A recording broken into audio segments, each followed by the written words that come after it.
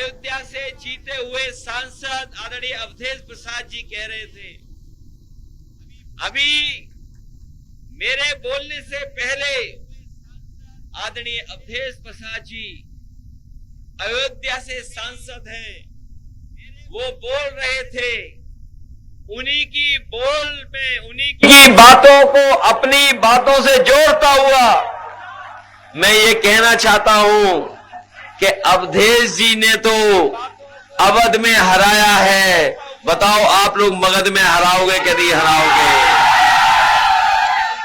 ये बीजेपी वाले अवध में भी हारे हैं और मगध में भी हारेंगे। ये चुनाव बीजेपी वाले नौकरी बनाम भारतीय जनता पार्टी होने जा रहा है। नौकरी तेजस्वी देने जा रहे हैं।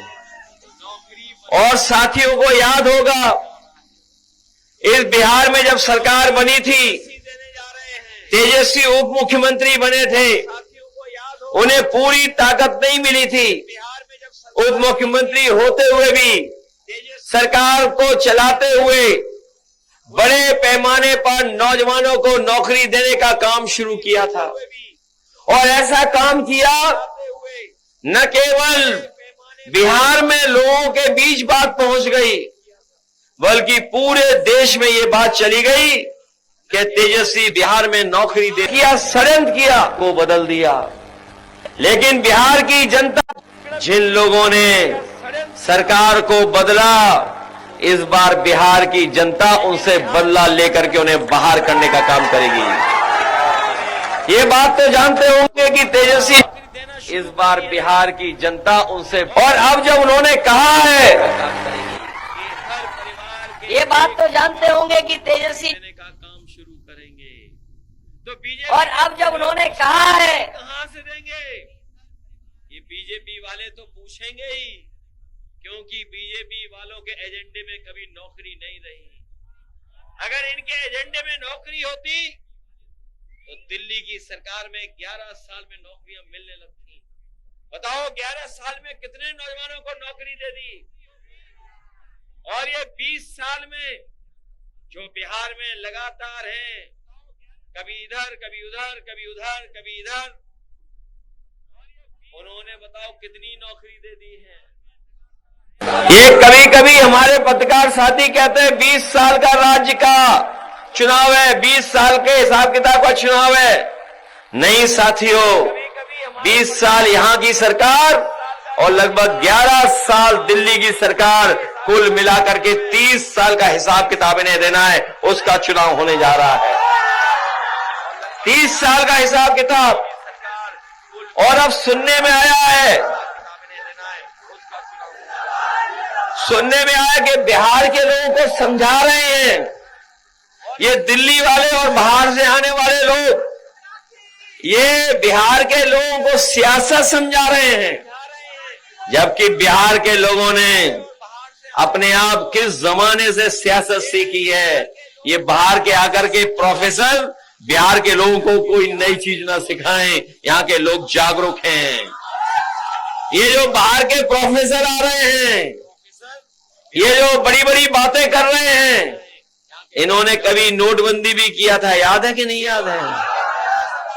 जिन्होंने नोटबंदी की, उन्होंने खूब सारे बंडल इकट्ठे किए थे, याद है? बंडल तो समझते हो, जब नोटबंदी में पैसा जमा हो रहा था तो यही बीजेपी के लोग बंडल बना करके इकट्ठा कर रहे थे। बताओ सबसे ज्यादा देश में चंदा किस पार्टी को मिला है? वो उसका नाम भूल गए, किस मामले में लिया इन्होंने चंदा, कैसे कैसे चंदा लिया है? कोई बॉन्ड होते थे, कौन से बॉन्ड है वो? ये जो बॉन्ड लिए बंडलों में, इस बार न बिहार में बंडल चलेगा न बंडल बात चलेंगे। बिहार के लोग जागरूक हो चुके हैं। बताओ, इन्होंने किसानों से कहा आय दोगुनी हो जाएगी। बताइए, किसान भाई भी हमें दिखाई दे रहे हैं, खेती बाड़ी करते होंगे, बताओ कहीं आय दोगुनी हो गई हो? और जब खाद लेने गए तो बताओ खाद मिली क्या आपको? न डीएपी मिली और सुनने में आया है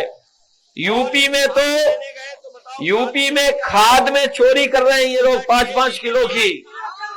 क्या बिहार में भी हो रही है? कितनी हो रही है बिहार में?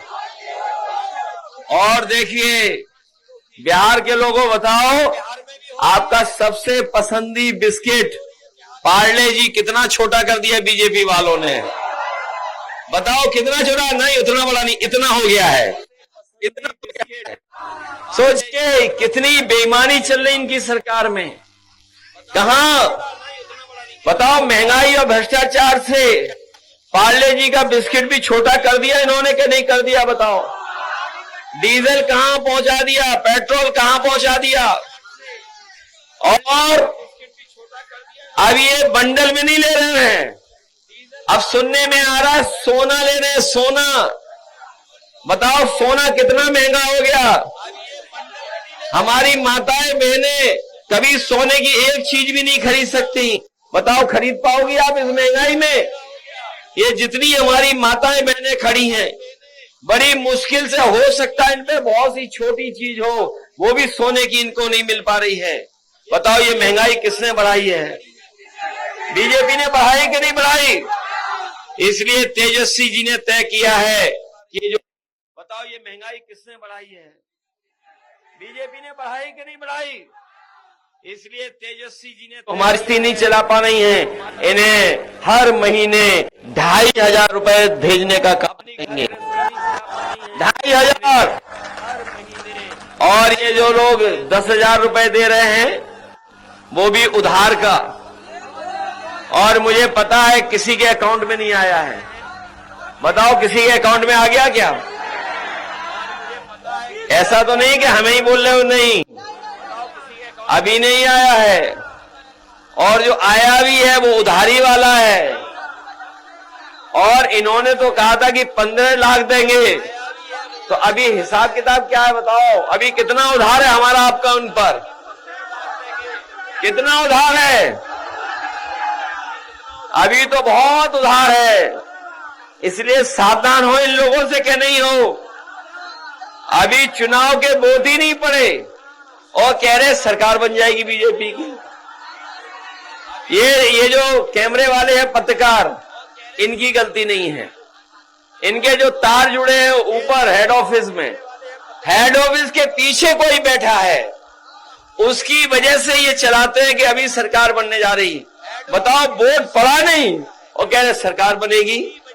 इसलिए सावधान हो के नहीं हो आप लोग, बिल्कुल सावधान रहना इस चुनाव में, क्योंकि ये चुनाव केवल आपके भविष्य का तो है ही है। नौजवानों आपके भविष्य का है, देश के भविष्य का भी चुनाव है। आप बिहार में हराओ, इसके बाद उत्तर प्रदेश में चुनाव होगा, वहां पर हम लोग हराने का काम करेंगे। अभी यूपी ने हराया इनको, बताओ यूपी में हराया कि हम लोगों ने कि नहीं हराया?